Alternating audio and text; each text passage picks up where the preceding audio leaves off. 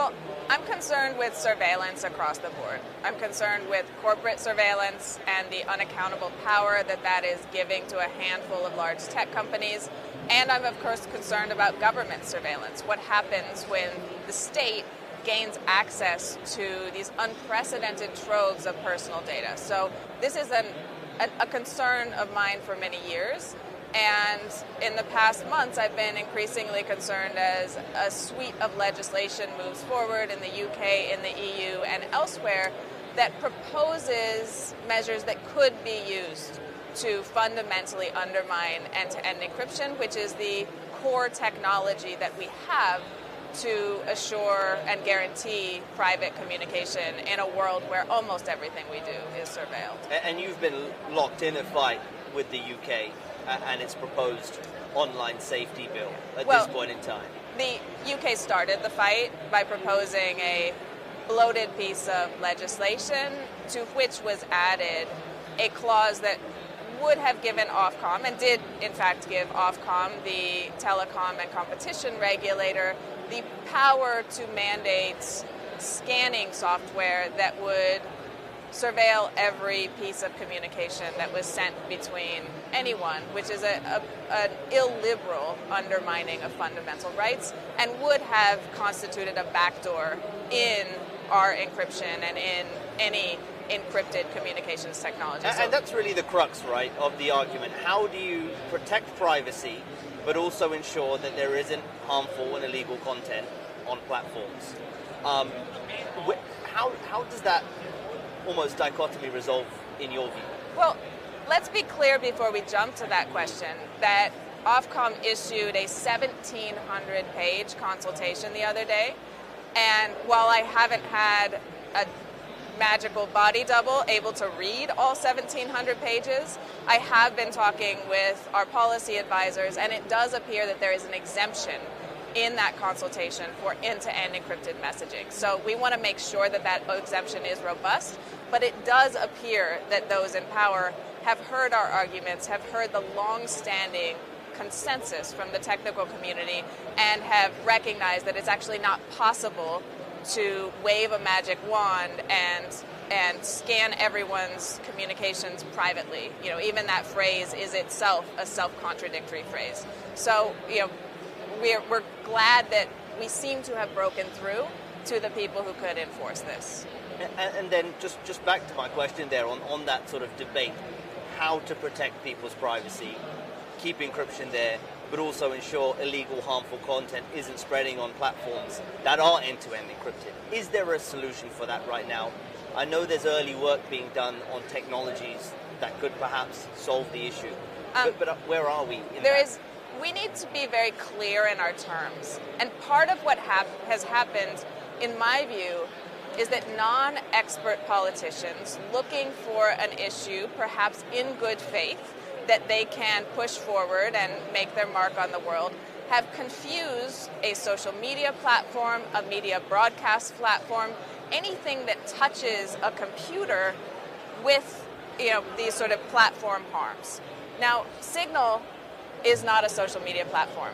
We don't have channels, we don't have broadcast functionalities, and we don't have the ability to go viral or post content that then enters into, you know, a larger information ecosystem. We are an interpersonal communications app, and so when we talk about how we are addressing this issue, we need to be very precise about where this issue occurs, how it occurs, and make a clear distinction between public and viral and engagement-driven social media platforms where, you know, there is always a need for moderation to, you know, eliminate bots, eliminate spam, eliminate that one guy who won't ever shut up and is ruining the mailing list, right? That has always been true.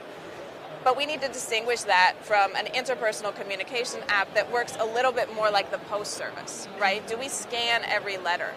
Do we look over people's shoulder while they're writing a note, right? At what point do we recognize that the ability to communicate with each other privately is a fundamental right, and government and corporate surveillance that eliminates that ability creates a strikingly grim future?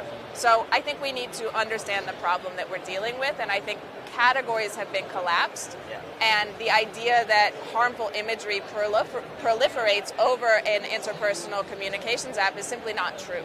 We have platforms where that can be a real problem, but it is not something that is able to spread virally or it's not something that's able to spread virally or be sort of disseminated broadly through these apps. But you still wouldn't want it on the platform, right? Of course. You wouldn't want that. We don't want harmful it to exist in the world. This is not an internet problem. Yeah. This is an issue that vulnerable children, vulnerable people, are targeted by horrible perpetrators in our world. This is a grim social issue, and there are evidence-based approaches that need to be tried as part of a holistic suite of remedies, and that includes funding social services. That includes education for young people so they know how to recognize abusive behavior. This includes ensuring that the victims of domestic violence, because intimate partner abuse is often highly correlated with child abuse, have the financial resources and the support to leave a relationship when that abuse is happening. This includes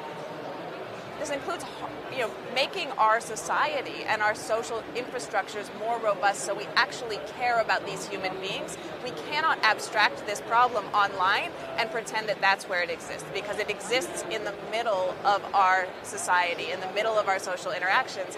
And until we become more comfortable believing vulnerable young people over powerful men, we will continue to precipitate this issue. This is not saying that we don't need to ensure that platforms are safe. Yeah. This is saying that we need to be honest about this problem and not avoid, some of the very consequential moves we would otherwise But just as someone, who runs a end-to-end messaging service, like you've separated the social media platforms, and that is fair. And just someone who runs, you don't want this on the platform. This is a societal issue. So when you come to looking at this problem online on your specific messaging service, what are the solutions as you see it? Are you asking whether we can scan the contents of people's messages to determine what they're sending? Not right now, but is there because that's something there you is wouldn't not. do. That is fundamentally future, impossible. Absolutely. In the future, it's fundamentally impossible. Right. And the issue is not technological. The issue is that end-to-end encryption. Yeah. The promise it makes is that just as in a hallway conversation, just as if you and I were speaking over there by that booth, no one would have a record of our conversation once we were done. Yeah. That is a private conversation.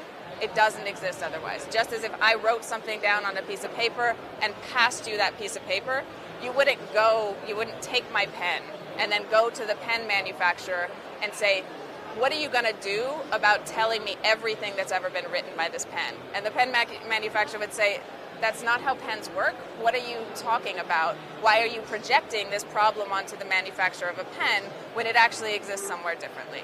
This is a similar situation. You either end-to-end encryption, the fundamental mathematics that make this type of digital privacy possible, works, or it's broken. And if it's broken for everyone. So it doesn't work for the security services, it doesn't work for anyone else who wants to use it. So I think that's a hard fact to digest when admittedly tech companies have been full of lies for a long time, have denied the capabilities to do things that might have otherwise been socially beneficial. But nonetheless, in this case, it remains staunchly true. There is no way to undermine end-to-end encryption while preserving privacy, and we need to recognize that we have vanishingly little privacy left in our lives, and we need to preserve what we have.